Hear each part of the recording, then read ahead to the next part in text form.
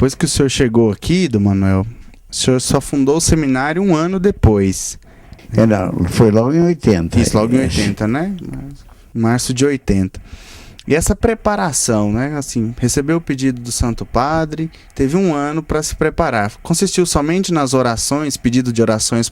Acima de tudo nas orações, porque realmente eu não sabia o que fazer e não era muito encorajado para fazer o seminário, porque diziam já ao seminário de Goiânia, ao seminário de Brasília. E eu dizia, bem, é o seminário, mas eu quero um seminário que corresponda às necessidades aqui da nossa diocese. Foi por isso que, embora eu tivesse aproveitado de alguns professores de fora, eu comecei a coisa com o pessoal daqui de dentro. O Frei Davi, por exemplo, foi professor de metafísica. O Frei Beraldo deu aula de liturgia. E mais alguns assim. Agora, outros de fora, assim, que vieram. Porque depois de algum tempo eu percebi que não era possível ensinar tudo que se devia naquela época, naquele tempo, só com o que nós tínhamos. Eu cheguei a dar 17 aulas por semana, era bispo nas horas vagas, mas então veio aqui o arcebispo de Olinda e Recife, que era bispo de Paracatu, e tinha sido professor de Direito Canônico em Roma há 13 anos. Ele deu aula, um curso concentrado de Direito Canônico, àquela segunda turma. Depois um padre lá da Imaculada, que nos deu aqui aula de teologia bíblica. Após o bispo, um padre, um cearense, que dava aula no seminário de São Paulo, que também deu aulas de história da filosofia antiga, história da filosofia medieval e também de escatologia. Isso fazíamos os cursos então nas férias. Íamos embora 15 dias antes, voltávamos 15 dias antes, e naqueles 15 dias nós concentrávamos as matérias com 4 aulas por dia, ou até 8 aulas, conforme, ou 4 horas de uma matéria e 4 horas de outra. Dessa maneira foi possível organizar as coisas como a gente podia. Não era uma coisa lá muito boa, mas de qualquer maneira dava para o gasto. Tem uma história, Dom Manuel, de que quando o senhor chegou aqui, a princípio o senhor queria fundar um seminário menor, mas Nosso Senhor só mandou vocações para o seminário maior.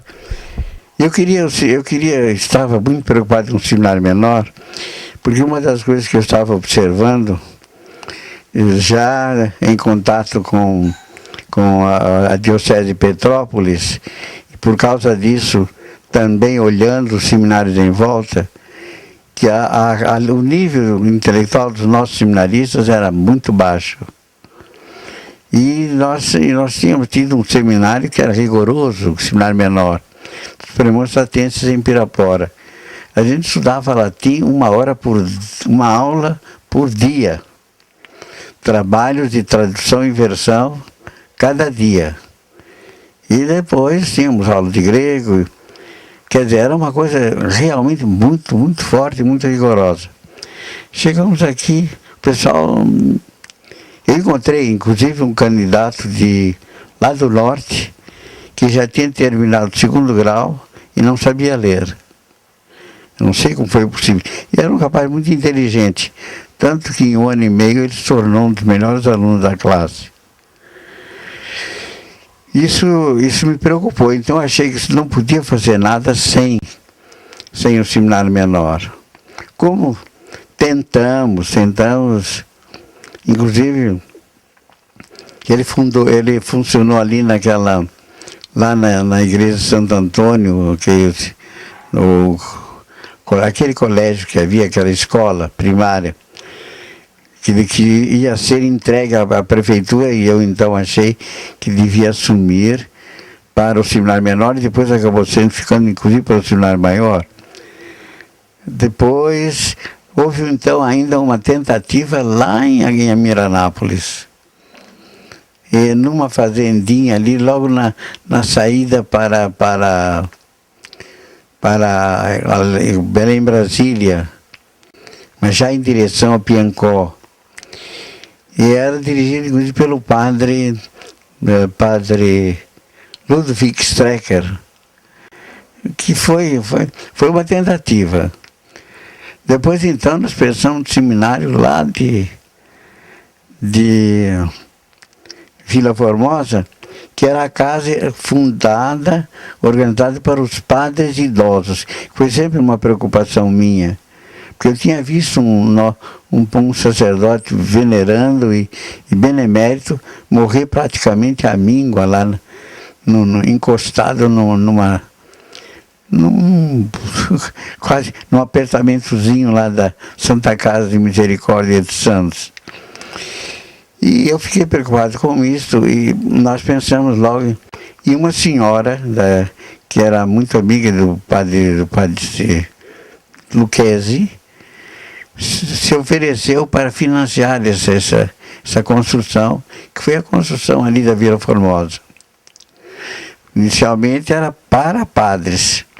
Havia apartamentos com 2 quartos, banheiro. Depois o seminário havia biblioteca, e as outras repartições todas.